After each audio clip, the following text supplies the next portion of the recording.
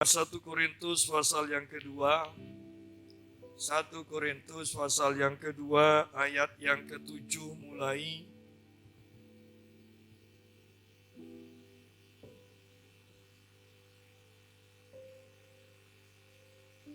Tetapi yang kami beritakan ialah hikmat Allah yang tersembunyi dan rahasia yang sebelum dunia dijadikan telah disediakan Allah bagi kemuliaan kita. Tidak ada dari penguasa dunia ini yang mengenalnya, sebab kalau sekiranya mereka mengenalnya, mereka tidak menyalibkan Tuhan yang mulia. Tetapi seperti ada tertulis, apa yang tidak pernah dilihat oleh mata dan tidak pernah didengar oleh telinga, dan yang tidak pernah timbul di dalam hati manusia, semua itu disediakan Allah untuk mereka yang mengasihi Dia. Karena kepada kita Allah telah menyatakannya oleh Roh, sebab Roh menyelidiki segala sesuatu, bahkan hal-hal yang tersembunyi, yang terdalam dalam diri Allah. Kita berhenti sampai sini dulu. Bahwa kita itu seringkali mengambil ayat yang ke-9 ini dan kita menghafalkannya dan kita senang karena ini merupakan penghiburan bahwa apa yang tidak pernah dilihat mata, tidak pernah didengar telinga, tidak pernah timbul dalam hati, semua itu disediakan Allah. Berarti penyediaan Allah itu melampaui semua panca indera kita, ya. Tetapi kalau kita mau lebih teliti lagi, bahwa apa yang tidak pernah dilihat, apa yang tidak pernah didengar, apa yang tidak pernah timbul dalam hati kita itu, sebenarnya itu berbicara tentang hikmat Allah. Tentang hikmat. Ayat yang ke-7 mengatakan, tetapi yang kami beritakan ialah hikmat Allah yang tersembunyi dan rahasia yang sebelum dunia dijadikan telah disediakan Allah bagi kemuliaan kita. Ini berbicara hikmat Allah yang tersembunyi, yang rahasia, yang sudah dijadikan sebelum dunia ada. Anda boleh baca Alkitab, Anda akan melihat bahwa Yesus seringkali berfirman sebelum dunia ada, Dia sudah ada. Ya. Dan semua itu disediakan Allah bagi kemuliaan kita, dikatakan. Nah, yang jadi masalah bahwa hikmat Allah ini, rahasia Allah itu tidak dikenal, dikatakan oleh penguasa dunia.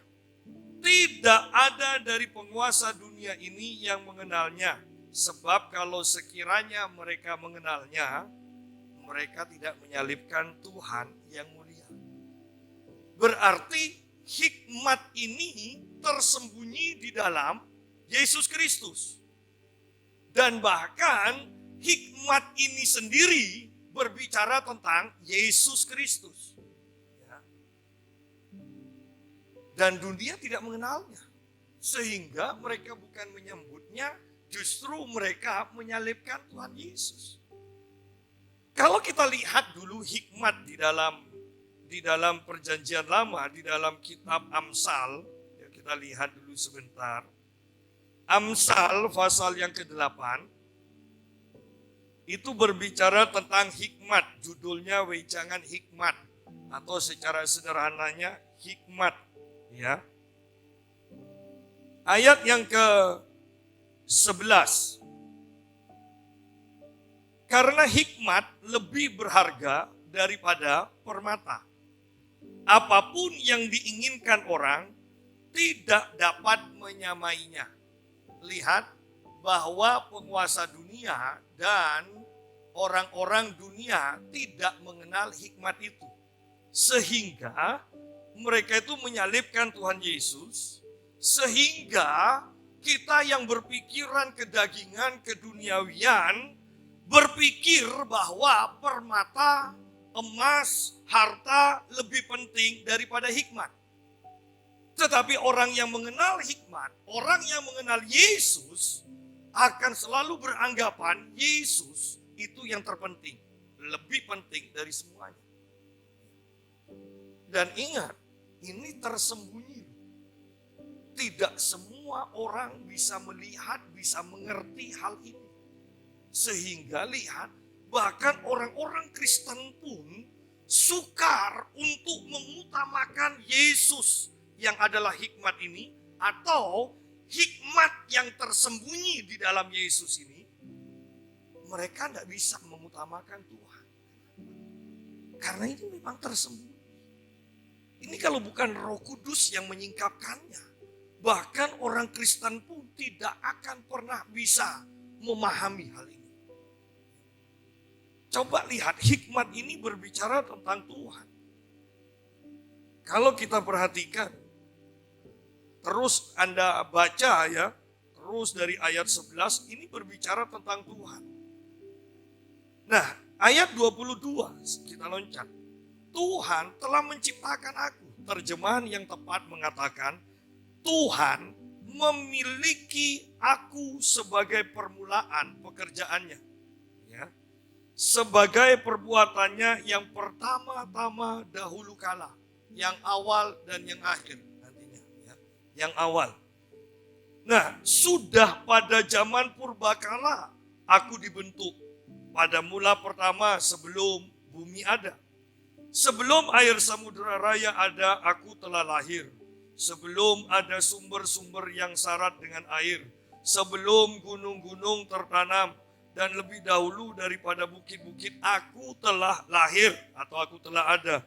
Sebelum Tuhan membuat bumi dengan padang-padangnya atau debu dataran yang pertama, ketika Ia mempersiapkan langit, aku di sana bersama dengan Allah. Ketika Allah menggaris kaki langit pada permukaan air samudera raya, ketika Allah menetapkan awan-awan di atas dan mata air samudera raya meluap dengan deras, ketika Allah menentukan batas kepada laut supaya air jangan melanggar titahnya, dan ketika Allah menetapkan dasar-dasar bumi, aku, hikmat, ada sertanya sebagai anak. Perhatikan, sebagai anak kesayangan, setiap hari aku menjadi kesenangan Allah dan senantiasa bermain-main di hadapannya.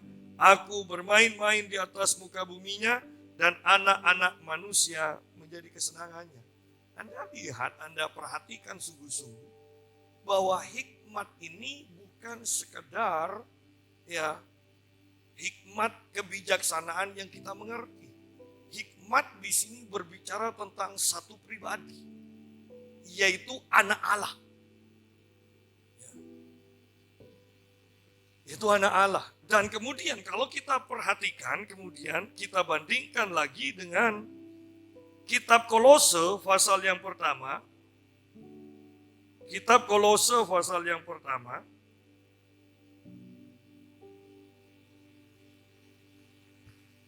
Ayat yang ke-15 tentang keutamaan Kristus. Ia adalah gambar Allah yang tidak kelihatan. Ingat tadi 1 Korintus 2 ayat yang ke-9.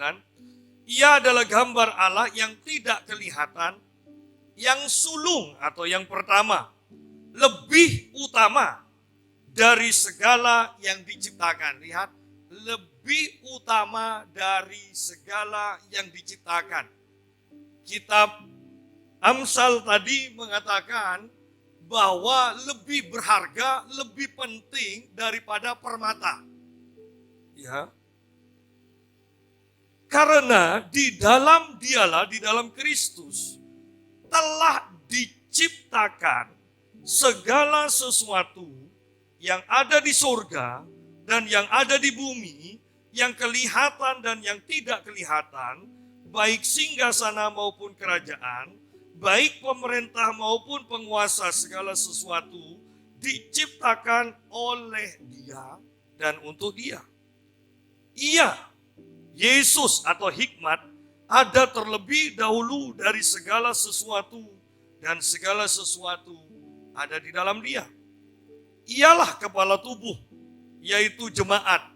Ialah yang sulung, yang pertama bangkit dari antara orang mati, sehingga ia yang lebih utama. Ia yang lebih utama dalam segala sesuatu. Karena seluruh kepenuhan Allah berkenan diam di dalam Dia. Coba lihat, betapa luar biasa hikmat Allah ini, yaitu Yesus. Atau lebih sederhana, ya, kita tidak bicara doktrin, hanya untuk memahami saja. Hikmat ini tersembunyi di dalam Kristus, menyatu di dalam Kristus, dan Dia adalah yang pertama, yang utama, yang sulung, yang terutama, yang terpenting. Dan ini oleh Allah Bapa yang diserahkan, diberikan kepada kita. Dan ingat, di dalam Yesus, di dalam Kristus ini, bahwa segala sesuatunya yang ada di surga, yang ada di bumi, itu semua terangkum di dalam Kristus. Dan Dia diberikan kepada kita. Sehingga orang yang memahami hal ini, bagaimana mungkin mengatakan kita itu kekurangan? Kalau semua yang di surga, semua yang di bumi, di dalam Kristus, itu semua diberikan kepada kita. Tetapi hal ini perlu penyingkapan, perlu pimpinan Roh Kudus. Karena tidak semua orang, bahkan saya mau katakan, tidak semua orang Kristen memahami kebenaran ini. Sehingga seringkali kita melihat orang Kristen meninggalkan Tuhan demi untuk mendapatkan, ya, sedikit harta, sedikit pendapatan. Ya. Padahal yang utama itu adalah Yesus, hikmat. Dan semuanya terangkum di dalam Yesus. Ketika kita mendapatkan Kristus, maka kita mendapatkan segalanya.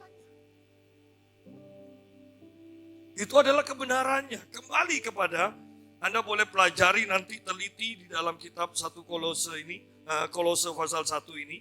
Kita kembali sekarang kepada 1 Korintus 2. Tetapi yang kami beritakan ialah hikmat Allah yang tersembunyi dan rahasia yang sebelum dunia dijadikan telah disediakan Allah bagi kemuliaan kita. Tidak ada dari penguasa dunia ini yang mengenalnya. Tidak ada yang mengenalnya, sebab kalau sekiranya mereka mengenalnya, mereka tidak menyalibkan Tuhan yang mulia.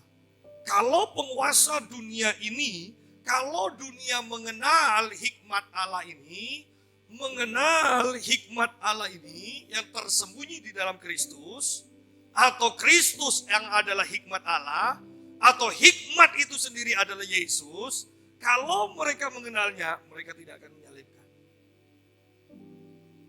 Kalau orang Kristen mengenal hal ini, maka mereka tidak akan meninggalkan Yesus. Banyak orang Kristen itu, ya, kalau yang muda-muda meninggalkan Yesus hanya demi pacar. Hanya demi pasangan hidup. Yang ada kemungkinan sebelum mereka mati, mereka sudah meninggalkan dia, menceraikannya.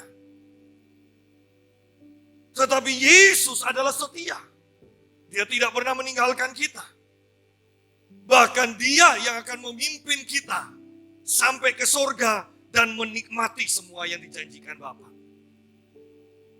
Betapa bodohnya kebanyakan orang Kristen, anak-anak muda yang demi pacar, demi pasangan hidup, meninggalkan hikmat Allah ini, meninggalkan Yesus.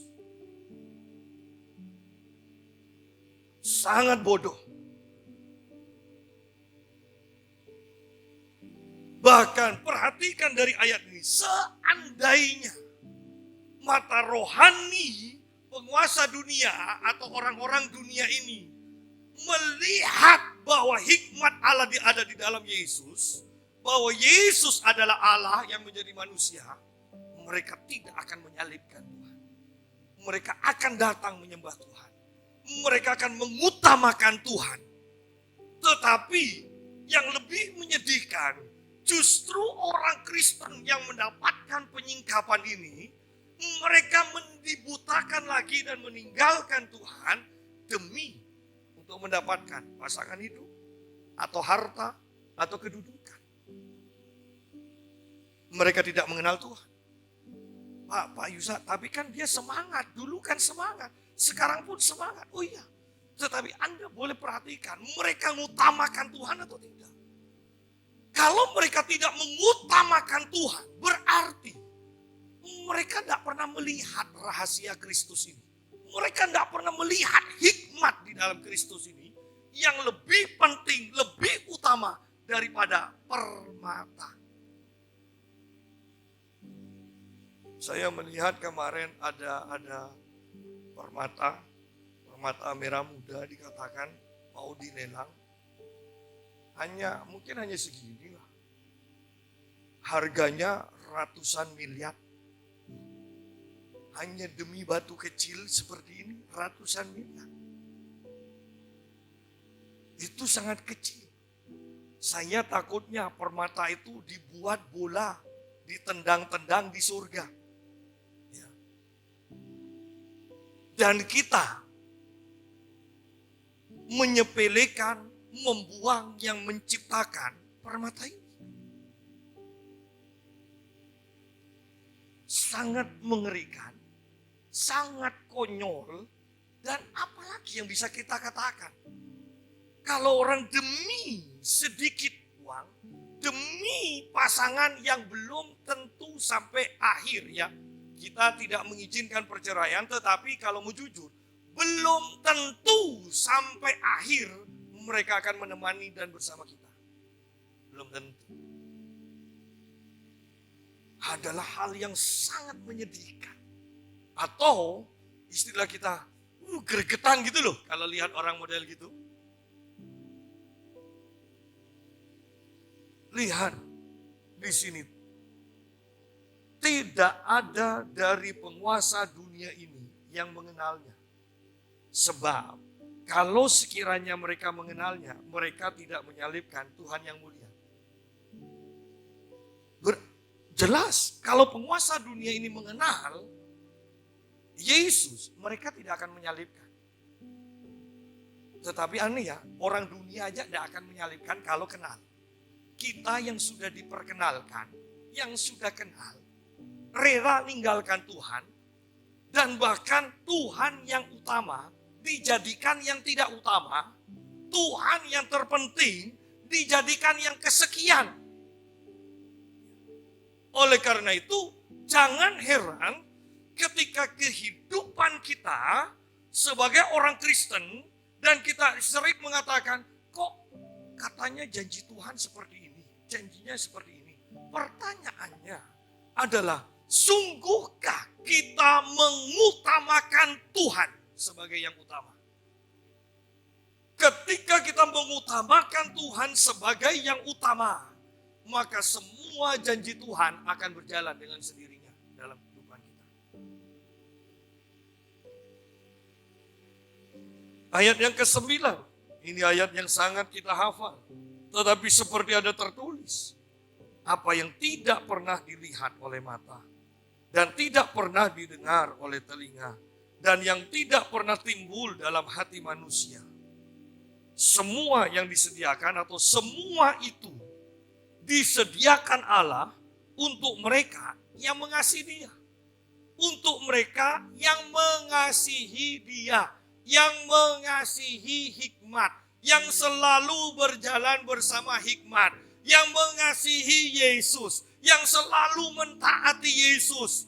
Maka semua yang ada di surga, semua yang ada di bumi itu disediakan. Kapanpun kita memerlukan, ingat, itu sudah ada. Mau ditambah lagi di dalam kitab Efesus, coba lihat sebentar. Efesus pasal yang pertama ayat yang ketiga.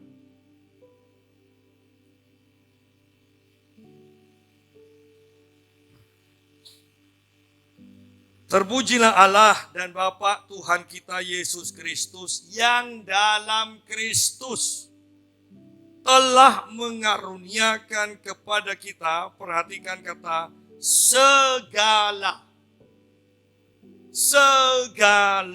semua berkat rohani di dalam surga.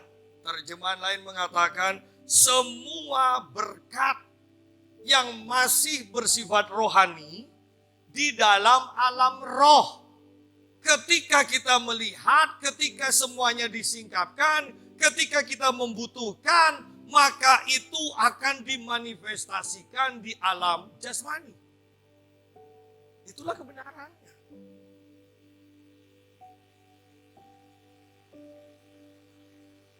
Semua itu disediakan Allah bukan untuk semua orang. Bukan untuk semua orang Kristen. Khusus untuk orang yang mengasihi Allah. Yang mengasihi Dia. Yang mengutamakan Allah. Bukan hanya sekedar orang Kristen loh. Ya, bukan. Yang mengutamakan Allah. Yang mengasihi Allah. Semua itu tidak kelihatan. Tidak pernah didengar, tidak masuk akal. Ya. Tetapi dikatakan ayat 10. Tetapi kepada kita Allah telah menyatakannya oleh Roh. Sebab Roh menyelidiki segala sesuatu, bahkan hal-hal yang tersembunyi atau terdalam dalam diri Allah. Siapa gerangan di antara manusia yang tahu apa yang terdapat di dalam diri manusia selain roh manusia sendiri yang ada di dalam dia? Demikian pula tidak ada orang yang tahu apa yang terdapat di dalam diri Allah selain roh Allah. Sedangkan semua yang disediakan itu ada di dalam diri Allah dikatakan. Sehingga banyak orang Kristen yang tidak bisa menikmati apa yang disediakan Allah yang ada di dalam Allah itu kalau atau karena Roh Kudus belum menyingkapkannya. Kenapa Roh Kudus tidak menyingkapkan? Karena kita tidak menginginkan, tidak meminta, karena kita tidak ada waktu bagi Roh Kudus. Kita terlalu sibuk. Bahkan ketika Roh Kudus mau berbicara aja manggil kita.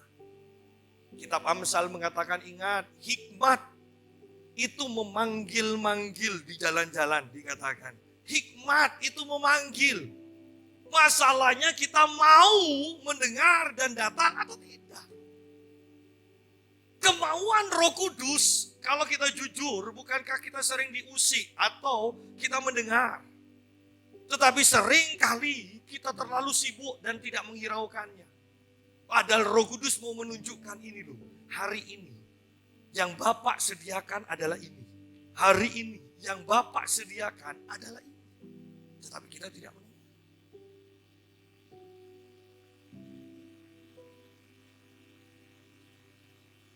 Kamis lalu saya bersaksi. Siang, ketika saya sendiri, tiba-tiba pikiran saya diliputi dengan pikiran ini. Ada berkat Tuhan yang Tuhan sediakan bagi saya, tetapi belum sampai. Dan saya bertanya, apakah saya harus tangking roh jahat yang menahan berkat ini? Dan Roh Kudus dengan lembut katakan, enggak. Pokoknya tahu aja bahwa ada berkat Tuhan yang akan sampai, yang disediakan Tuhan bagi saya. Sebelum jam 4 kira-kira, sebelum jam 4 sore, ada jemaat yang datang dan kemudian memberikan berkat pada saya. Dia kata, tapi bukan dari dia.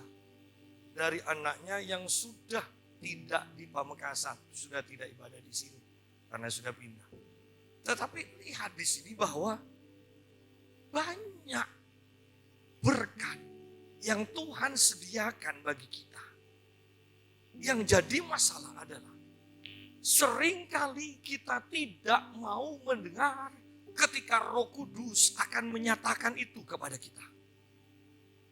Kita tidak ada waktu, kita terlalu sibuk, tidak mengutamakan Tuhan. Itu. Karena kalau bukan Tuhan, saya mau katakan begini, tanpa firman, ingat tentang perumpamaan benih itu. Barang siapa yang mempunyai, kepadanya akan ditambahkan. Barang siapa tidak mempunyai, bahkan yang ada padanya akan diambil. Mempunyai apa? Barang siapa mempunyai firman, maka engkau akan mendapatkan pertambahan. Semuanya akan ditambahkan. Tetapi ketika kau tidak punya firman, maka bahkan kesehatanmu bisa hilang pada akhirnya. Ketika kita tidak punya firman, bahkan keuanganmu bisa hilang. Ketika kita tidak punya firman, maka popularitasmu akan lenyap. Karena Alkitab sudah mengatakan dan dikatakan Tuhan itu setia. Artinya apa yang dikatakannya pasti terjadi.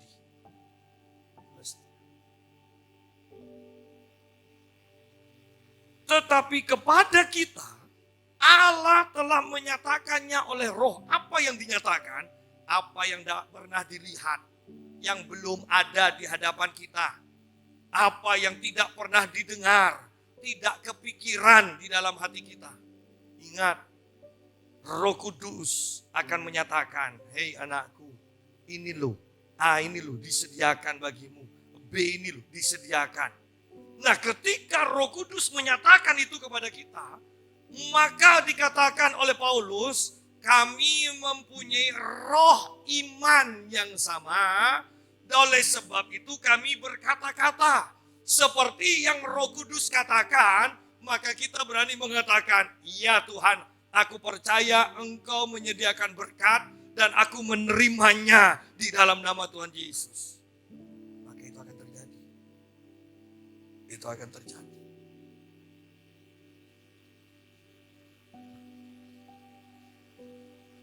Jadi Roh Allah ini menyelidiki sampai yang terdalam.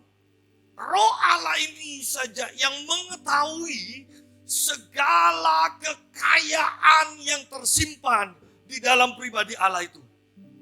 Dan Roh Allah ini juga yang akan menyatakan semuanya kepada kita. Wow, itu luar biasa. Sangat luar biasa. Ayat 12. Kita tidak menerima roh dunia, tetapi roh yang berasal dari Allah. Supaya kita tahu apa yang dikaruniakan Allah kepada kita. Roh tadi ayat yang ke-9 mengatakan bahwa roh itu akan menyingkapkan, memberitahukan apa yang disediakan Allah. Sekarang beda lagi. Kita tidak menerima roh dunia tetapi roh yang berasal dari Allah supaya kita tahu apa yang dikaruniakan Allah kepada kita. Tadi berbicara tentang penyediaan secara jasmani, sekarang berbicara tentang karunia Allah. Karunia rohmu. Tanpa Roh Kudus singkapkan, maka kita sebagai orang Kristen pun tidak pernah tahu karunia roh yang Tuhan karuniakan pada kita. Hanya ketika Roh Kudus singkapkan, baru kita tahu, oh iya, di dalam diriku bekerja karunia roh ini. Karunia kesembuhan mungkin, karunia nubuat. Itu kalau Roh Kudus tidak nyatakan, itu tidak akan pernah muncul di dalam kita. Seringkali Bahkan kita tidak menyadari, seringkali ketika saya berdoa, ketika saya melayani di banyak tempat, saya mendoakan orang-orang, saya menyebutkan karunia ini, karunia ini, karunia ini. Dan setelah itu, beberapa menyaksikan begini, iya Pak, saya baru sadar, memang itu sih yang sering terjadi. Tetapi mereka tidak pernah menyadari bahwa itu adalah karunia roh yang dimanifestasikan melalui kehidupan mereka. Ketika Roh Kudus menyingkapkan kepada mereka, baru mereka sekarang punya iman bahwa karunia roh itu akan lebih sering dimanifestasikan melalui kehidupan mereka. Setelah mereka sadar, mengetahui.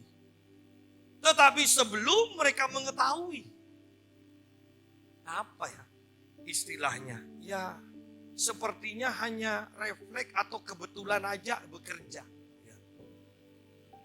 Tetapi ketika mereka mengetahuinya, mereka punya iman untuk sesering mungkin memanifestasikan karunia roh itu.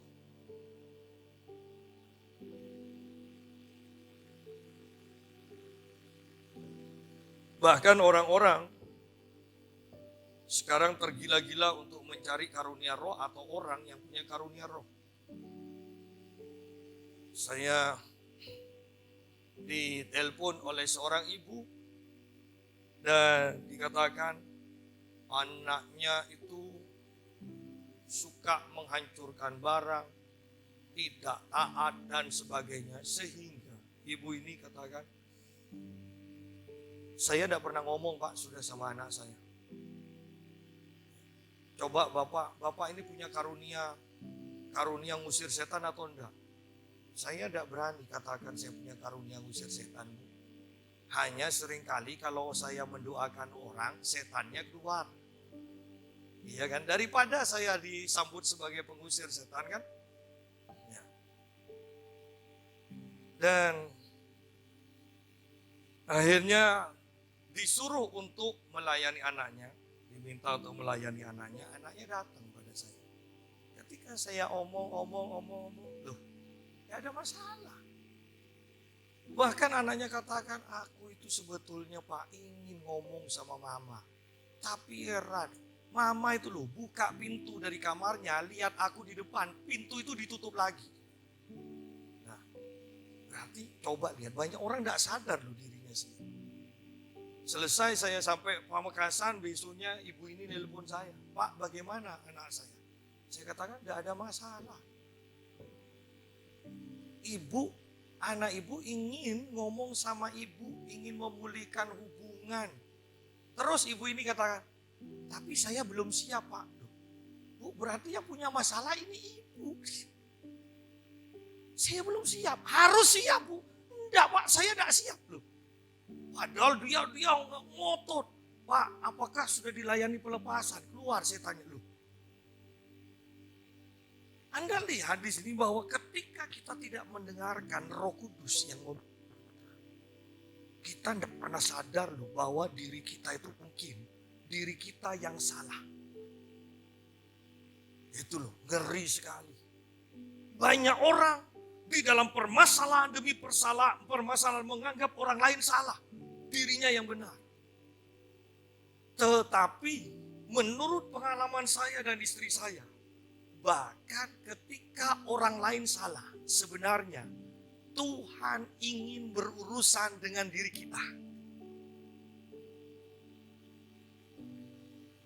Misalnya ketika kita disakiti, orang itu memang salah nyakiti kita.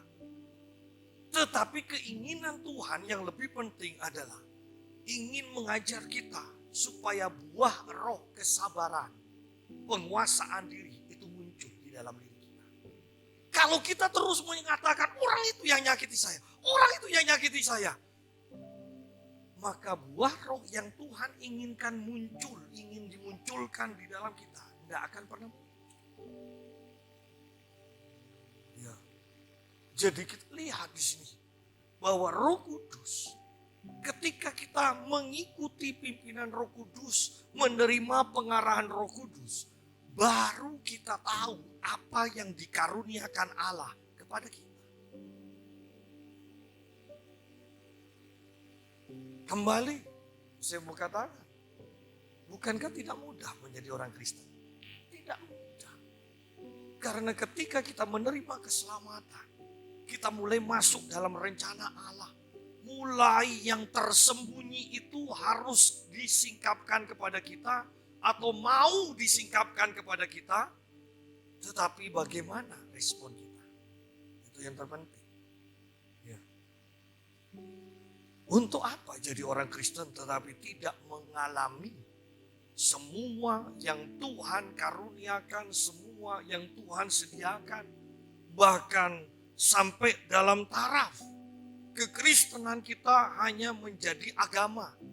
Padahal kekristenan itu bukan agama. Orang-orang zaman Kisah Para Rasul, mereka itu diolok-olok, mereka juga disebut Kristen. Artinya sama seperti Kristus.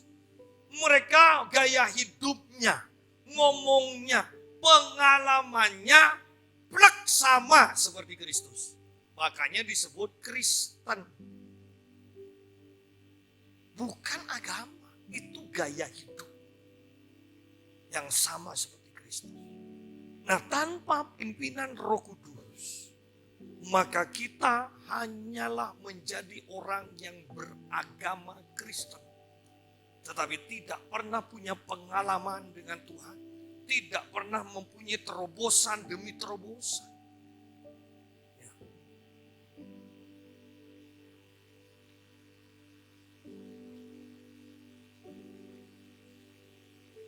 Ayat 13. Dan karena kami menafsirkan hal-hal rohani kepada mereka yang mempunyai roh, kami berkata-kata tentang karunia-karunia Allah dengan perkataan yang bukan diajarkan kepada kami oleh hikmat manusia, tetapi oleh roh. Tetapi manusia duniawi atau jiwani tidak menerima apa yang berasal dari roh Allah. Karena hal itu baginya adalah suatu kebodohan dan ia tidak dapat memahaminya. Sebab hal itu, perhatikan, hanya dapat dinilai secara rohani. Sedang jemaat, apa yang saya sampaikan pagi ini, tidak semua orang Kristen bisa menerimanya. Bahkan saya mau katakan, tidak semua pendeta Kristen bisa menerimanya. Karena kalau Anda perhatikan sekarang, banyak pengkhotbah itu titelnya ya, profesor, doktor, insinyur, kemudian namanya, kemudian masih ada MA, master, dan sebagainya. Ingat, itu masalah jiwa, masalah pikiran yang terlatih. Tetapi Alkitab katakan, karena kami menafsirkan hal-hal rohani hanya kepada mereka yang mempunyai roh Allah juga. Tanpa mereka mempunyai roh Allah, sepandai apapun, mereka tidak akan pernah bisa memahaminya. Dan mereka akan selalu katakan, kalau mereka bahkan mendengar cerita, orang mati dibangkitkan, orang lumpuh berjalan, penyakit kanker disembuhkan. Mereka selalu akan mengatakan, tidak masuk akal. Dan mereka tidak bisa menerimanya. Karena mereka memang hanya mengandalkan akal, pikirannya, jiwanya.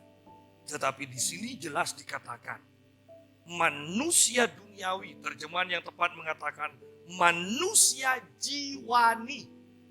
Manusia yang mengandalkan jiwanya, bukan rohnya, tidak menerima, tidak bisa menerima apa yang berasal dari roh Allah, tidak bisa menerima apa yang dikerjakan roh Allah. Karena hal itu baginya adalah suatu kebodohan. Kenapa mereka anggap kebodohan? Karena mereka tidak dapat memahaminya.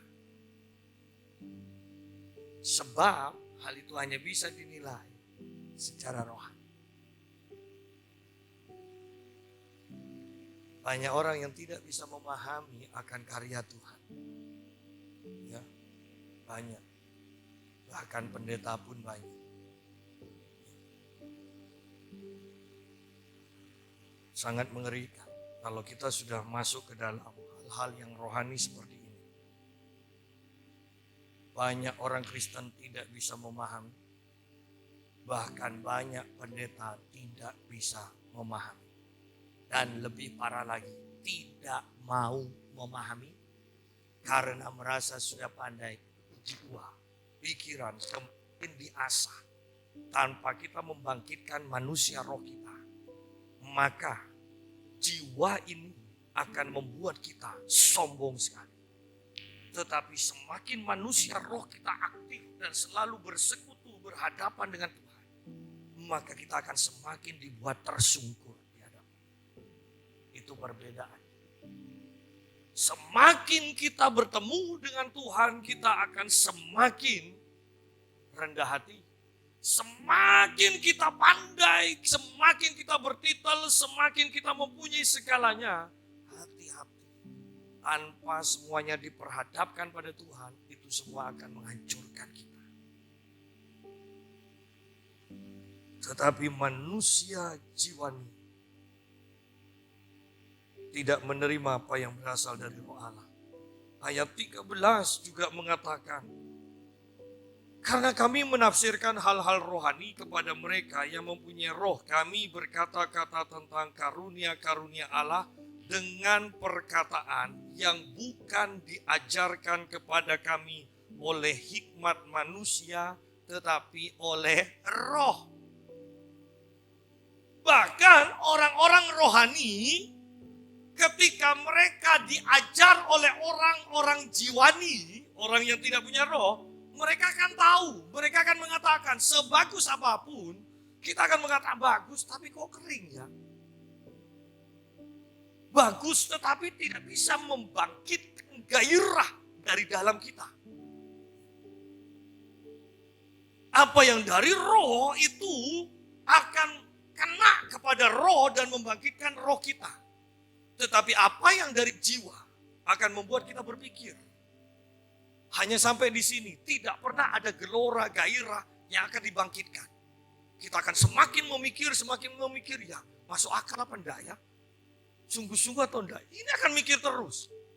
Tetapi ketika khotbah dari roh disampaikan kepada roh atau kepada manusia rohani, maka di sini akan terjadi sambutan dari kedalaman memanggil kedalaman, Alkitab katakan. Dari roh memanggil roh juga untuk bangkit. Ketika semuanya baik-baik saja, mungkin kembali saya katakan tidak ada perbedaan. Orang yang bergerak di dalam roh, orang yang tidak bergerak di dalam roh. Tetapi ketika semuanya sudah mencekam, Anda akan melihat perbedaannya.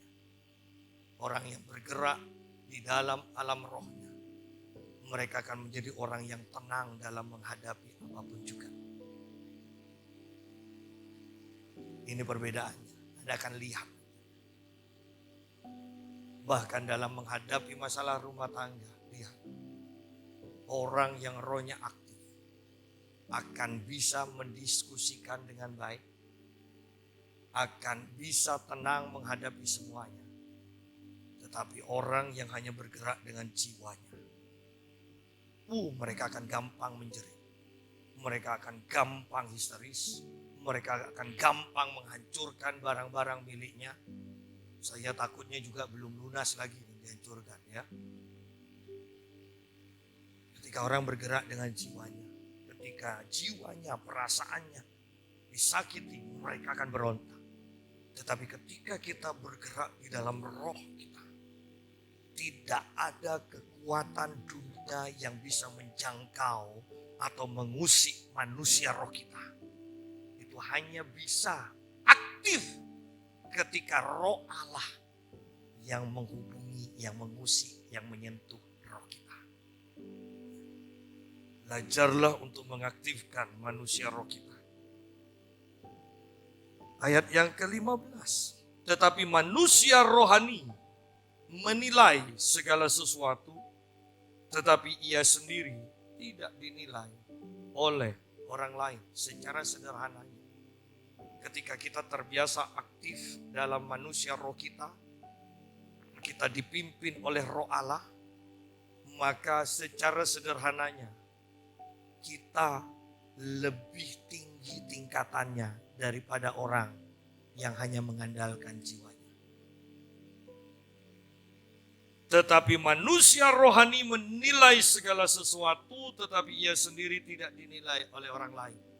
Bahkan peramal pun tidak bisa menilai kita. Ingat, Alkitab di sini katakan, manusia rohani menilai segala sesuatu, tetapi ia sendiri tidak dinilai oleh orang lain. Kalau kita memang manusia rohani, maka ahli psikologi pun tidak akan pernah bisa menilai kita. Mereka hanya menilai jiwa kita.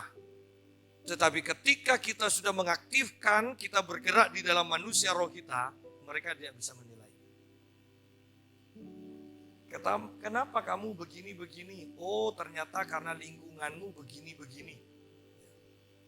Lingkungan yang di bumi, sedangkan kita bergerak dalam lingkungan surga. Bagaimana mereka bisa menilai? Tetapi kita dari atas melihat ke bawah lebih jelas. Lihat di sini bahwa rugi kalau kita hanya sekedar menjadi orang Kristen, datang ke gereja, duduk, nyanyi, bahkan mungkin tidur di gereja. Rugi. Hanya seperti itu kekristenan kita. Sedangkan yang Tuhan sediakan banyak dan tidak terselami. Itu harus satu persatu Roh Kudus tunjukkan pada kita. Ya, satu persatu dan tidak pernah habis. Karena penyediaannya banyak limpah. Ya, seluruh surga dan seluruh bumi kok dikatakan. Oleh karena itu kita akan nikmati satu persatu. Sampai akhir hidup kita, penyediaan Tuhan lebih dari cukup, tidak akan pernah habis. Sebab siapakah yang mengetahui pikiran Tuhan sehingga ia dapat menasehati dia? Tetapi kami memiliki pikiran Kristus. Berarti pada akhirnya ketika kita dipimpin oleh Roh Kudus terus, bahkan kita menerima semua berkat jasmani oleh pimpinan Roh Kudus. Tujuannya, lihat, sekalipun itu berkat jasmani yang kita terima. Ingat tujuan akhirnya, saya sederhanakan, kita menjadi sama, sepakat dengan Kristus. Tujuannya itu aja. Apakah kita disembuhkan dari sakit? Apakah kita mendapatkan berkat keuangan? Tujuannya supaya memahami pikiran Kristus dan berpikir seperti Kristus. Tuhan memberkati kita semua.